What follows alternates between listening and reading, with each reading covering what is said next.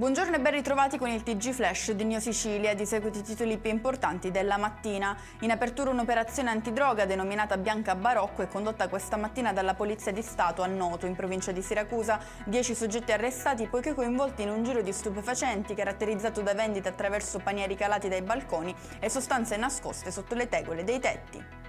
Fermato il presunto killer di Angelo Ventura, il 38enne deceduto ieri dopo una sparatoria a Vittoria in provincia di Ragusa, l'indagato è Francesco Lomonaco, un pregiudicato di 42 anni che era sottoposto a sorveglianza speciale. Tra le prove trovate c'è il fucile usato per il delitto.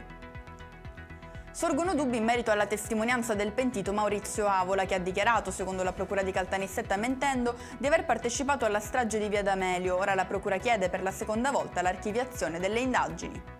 Ci spostiamo a Messina, precisamente nel carcere Gazzi, dove i carabinieri hanno eseguito perquisizioni nei confronti di 21 detenuti e 9 agenti penitenziari. Si sospetta che per l'introduzione di cellulari e droga all'interno della struttura i carcerati abbiano potuto contare sull'aiuto dei poliziotti.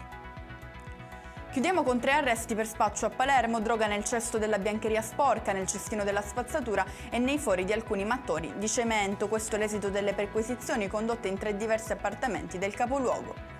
E con questo è tutto, prossimo appuntamento più tardi alle 19:30. Grazie per averci seguito, buon proseguimento di giornata.